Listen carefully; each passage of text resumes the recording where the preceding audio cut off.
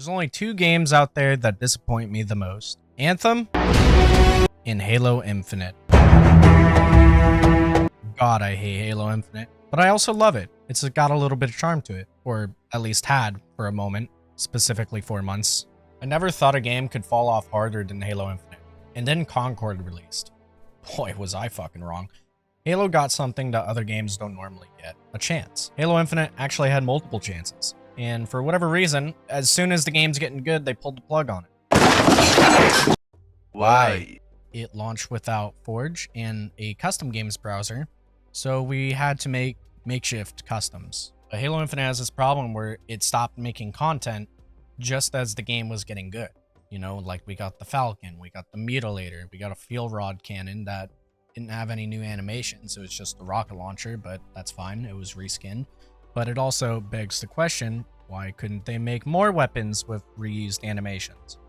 More would have been better than what we were given, which was kind of bare minimum if you really think about it, when you really want to put it into a broader spectrum. And there's way more content now, and there's Forge, there's loads of custom games to play, even though if you go to the custom games browser, there's not even 2 whole pages anymore.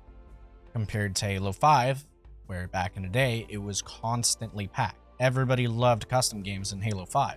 Now, Halo 5 wasn't that great of a game, because I remember at launch, it was broken, like it just didn't work. But then over time, they started putting more content into that game, and it got better over time. And, you know, it had balancing updates, whatever, and I have pretty fond memories of Halo 5. Halo Infinite took way too long. It took 4 whole years. 4 whole years to fix the game, to add in all the content that they wanted to make. And then just as the game was getting good, becoming a little bit more fun again, they cut life support off for it.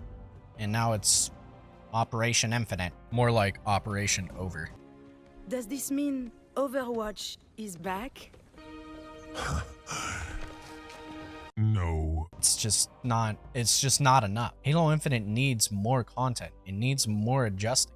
There's not enough content for the average player to keep playing the game. And if you really look at it, Halo Infinite isn't even that much different from Halo 5. Just as the game is getting good again, they cut off all the content support for it. And then it is what it is now. And then, you know, we're stuck for another 3 or 4 years without a new game.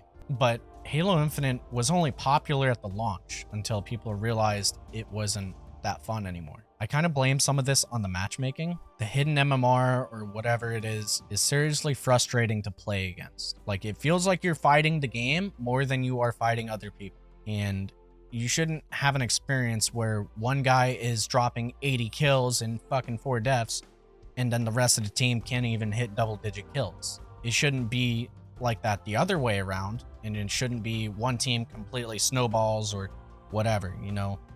Like, matches don't necessarily feel that fun to play, and there's not really good integrity in these matches to begin with. And that's really all Halo Infinite needs, is if you give the matchmaking system some integrity, it'll figure itself out. And at that point, you know, like, matches will be a little bit more fun. You know, like in Overwatch, for example, you'll occasionally or more often get some pretty bad matches, but like you'll mostly have an even lineup where it becomes a tug of war game. Like, everybody's doing what they can to the best of their ability on each role, and it's only a matter of time until one person in each role makes a mistake. Compared to Marvel Rivals, where the matchmaking is entirely against you, and that's what it feels like. I don't really enjoy Marvel Rivals because it makes it feel like every match is artificial, like my outcome is completely predetermined. So the game isn't as fun to play compared to Overwatch for me, and that's just me. That's my personal take on that, especially performance-wise. Rivals sucks performance-wise. Halo Infinite feels like Marvel Rivals in a sense where the match is predetermined and the game is against you all the time. And it's going to force bad teammates onto your team because it's expecting you to perform better and it expects you to carry. Halo Infinite has such a low population, it's not going to try to find everybody that's on the same skill level as you to throw them into your matches to have some good matches. It's not going to do that. That's the big takeaway with Halo Infinite's matchmaking. Another thing I wanted to talk about is the sandbox. The sandbox in Halo Infinite is kind of dog shit, at least in the way they balanced it over time. They took the concept of the power drain in Halo 3 and the EMP effects of the plasma pistol and basically just turned it into a shock element. Now, on paper, the shock element is pretty cool, but it sucks with how they made the weapons. The shock rifle is a bullshit rifle. It does everything that the sniper rifle does, but it's just better. There's more bullet magnetism, there's more aim assist to it, there's more ammo, it chains to other enemies, and it can also one-shot and EMP vehicles. It's a bullshit rifle. In fact, it's so bullshit, both teams might as well get them, and they're in both of the bases at each spawn. What the fuck are we doing? That's so dumb. The shock rifle is the most evil fucking invention in Halo. And it's not fun to fight against, and it's bullshit when you use it. I don't know why they made this weapon, but they need to get rid of it. I'm getting pissed off just by talking about it. The shock rifle needs to go, and it should not return.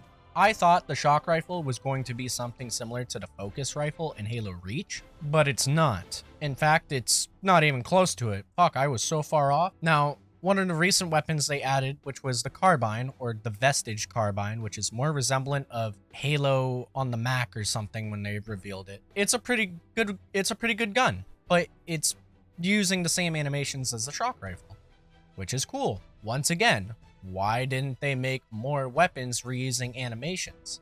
I don't understand. Just do that. You have a whole sandbox to play with. Next thing I want to talk about, the vehicles in this game are unbalanced for people that are on ground and people that are using them. There's not enough utility on the map to take care of vehicles, but there's plenty of stuff to EMP them, and fuck, it's really easy to EMP them because the shock rifle exists.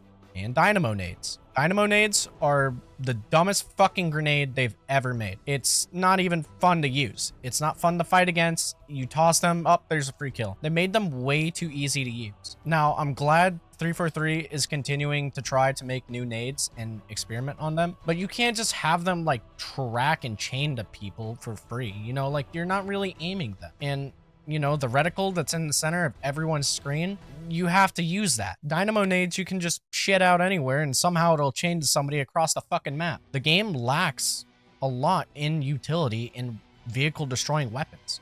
Why? Because the Spartan laser doesn't fucking exist. Yeah, it's a joke, actually. They replaced it with the skewer, and the skewer sucks. Now, it takes a little bit of skill to use because it has a pretty bad drop-off point, and it is a slow projectile that you can visually see. The problem with the skewer, it does no fucking damage. The anti-vehicle weapon doesn't do any damage against vehicles. What the fuck? To put it into perspective, this skewer can't even one-shot a ghost. No, it can't. It takes two. Joke's on you. It can one-shot a mongoose, banshee, and a wasp. Everything else, it takes 2 to 4 skewer shots to destroy. I don't even think it takes 4 skewer shots to destroy the Falcon. Actually, the Falcon has so much fucking health in this game, I thought it was the Armored Core boss in the tutorial. What the hell, dude? The Falcon might as well be a Dark Souls boss. It's got so much health. It's almost impossible to deal with, but it's fun, so I don't really care. The Falcon gets a pass. It's a cool vehicle. It's fun. But the skewer, the fact that it takes 4 skewer shots to destroy a tank, and then it rarely spawns on the map Deadlock where there's nothing but tanks? What? You need a Spartan laser for that map. You know what? The Spartan laser would make that map more enjoyable. Oh yeah, by the way, on Deadlock, the Pelicans were so desync and one team would get a tank, the other team would get a mongoose. Their way of fixing it was just making both sides spawn with nothing but tanks. Deadlock is the tank map. It's frustrating to play on. It's not fun. The worst part is when you get a snowbally match and all of a sudden one team has both tanks, and then there's 3, and then there's 4, and then you just uninstall. 343 has always had a problem with vehicle balancing, don't get me wrong, but in Halo 5 they kind of had it nailed down, but it also made ground vehicles redundant because you could sprint so fast and you could thrust everywhere and use your hips and shit. The last thing I want to talk about is the customization. The customization in this game is honestly the best we've ever had since Halo Reach. And I like the idea of the coding concept, except it's not in our power. How come in previous Halo games I could select a primary and secondary, but in this game I can't? I got a bunch of presets that I can pay $5 for or grind to tier 100 for the fucking color white. But there's a lot of creativity to be done with the codings that they have. I took blue steel, which was a bunch of gray or black coatings that have a secondary color to them. I found out that there's certain armor sets that have a default gold on them, and I was able to have black, blue, and gold. And now it's my custom Spartan that I make in Blender and put it everywhere I can. The coding concept is it's a neat idea. I like it, except in the next game, it should return and we should have full power to it. If you want to put monetization on the colors, just charge us for material, something that Warframe does. Warframe has this idea where you can buy the skins, which are called void shells, and then you can buy the materials for them. That's fucking cool. And then they charge on color palettes and whatever. But if you want to charge on color palettes, do that too. Like, it's not that big of a deal. It's a lifetime purchase, so whatever. Another thing, the monetization in this game is fucking horrible. It's actually so gross. It's egregious. Each bundle in the store is at least 1,800 credits. And then a single item could be like, I don't know, 100 to 800 credits. Converting that, it's like $1 to $8. 100 credits is $1, right? But every cool bundle that they have is just like, it's 20 bucks, man. It's like, what the fuck? I'm sacrificing a Taco Bell meal for a fucking bundle, man. Jesus. The worst part is certain bundles will be like 1,800 credits or 1,700 credits. And it's like, what kind of scam are you putting up here? So when you go to buy credits, there's no option for 17 or 1,800 credits. You have to buy the $20 bundle. I don't want to spend $20. I would like to save the $2 or $3 extra, please. Like, it's gross, man. It's something that Destiny does where like the season pass is 1,100 silver or 1,200 or something like that. But when you buy one of the silver bundles in the store, you're just shy of 100 silver. So you have to spend another $5 to get it. What the fuck? You end up spending more than what you're actually getting because that's how they designed it. They know what they're doing. It's not just Halo and Destiny that does this. It's a bunch of other companies that do this shit as well. Like, they think you're stupid. You are stupid. Like, you can't fucking do basic math. Like, you're stupid, man. Click the buy button, do it. You know you want the color fucking blue for $6. That's right. You spend that $10 because you're a good little consumer. Do it. Companies have gotten like so aggressive on their monetization where it's just like, it's kind of normalized and nobody's really talking about it. And I wish more people would talk about it and discuss it. And it's like, why aren't we complaining about this? You're spending more on what you're actually getting. And people just don't realize that, which is a shame, but oh well. Overall, Halo Infinite had a lot going for it. They even had weapon models that kind of looked like brand new weapons, like this weapon model on the battle rifle. This definitely could have been a new gun, let's be real. But going forward in Halo's a little lost at the moment because I don't know why we're getting Halo Combat Evolved for the third time, but on a new engine.